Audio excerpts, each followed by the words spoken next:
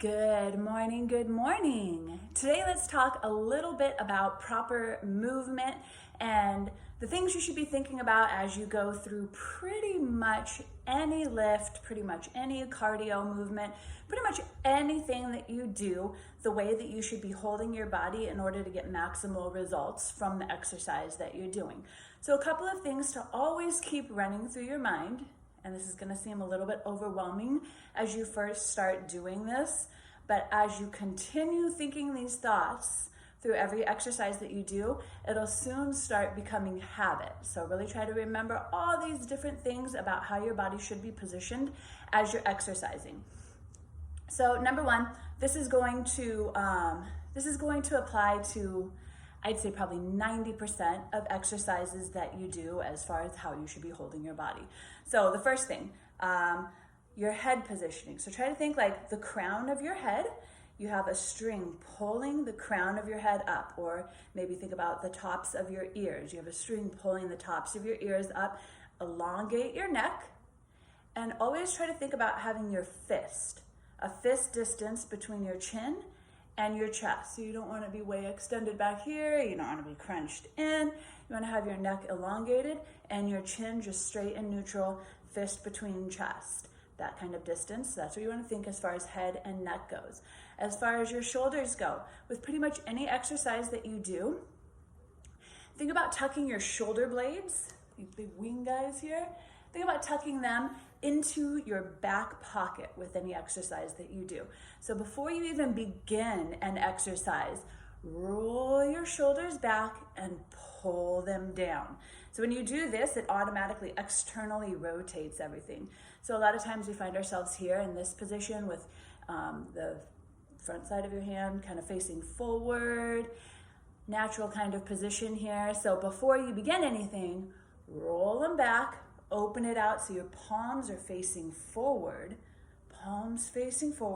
really pull your shoulder blades into your pocket and press your hands down towards the ground.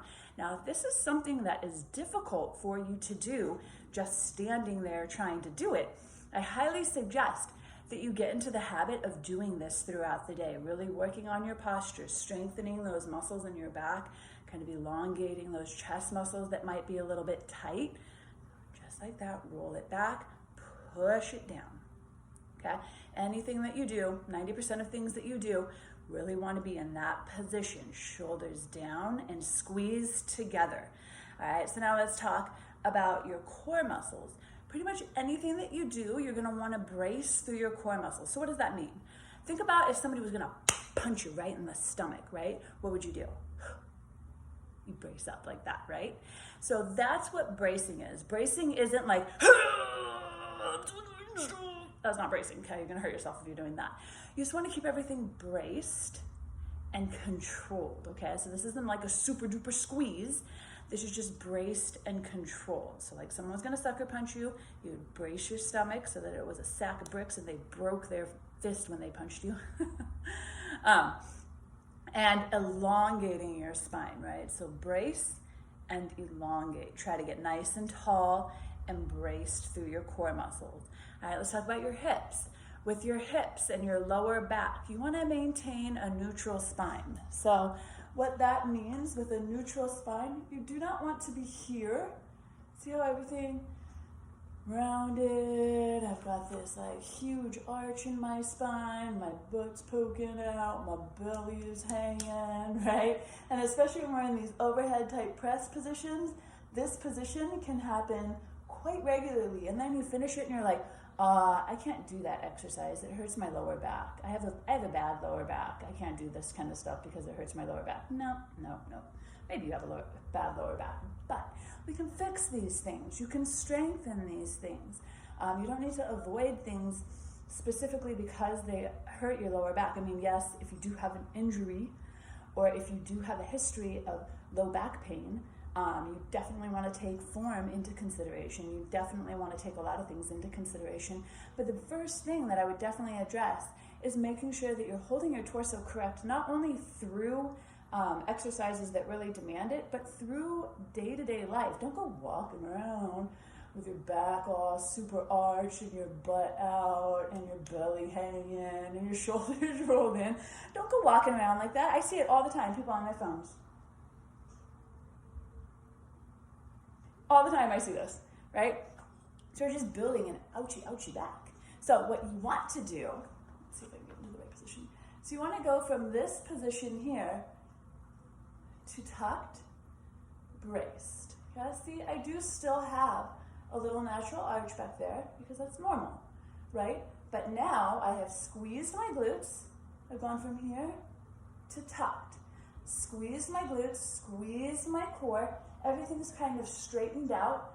I've tucked my shoulder blades into my back pocket, elongated my neck, and now I can feel everything working. I feel my shoulders working. I feel my core muscles strong and working. I feel my butt muscles engaged. I'm elongating, getting as tall as I can, not pushing back like this, getting tall towards the ceiling, and practicing good posture. Okay, so that's some proper movement as far as upper body goes. We can get into some proper movement for lower body in a different video as far as like what your knees should be doing and your hips and things like squats and lunges. But really, really thinking about all of those checkpoints when you do anything, even if you're just doing curls, even if you're just doing, I don't know, pulls, presses, rows, anything that you're doing. If you're in that hinged position, same thing, you're gonna set it up,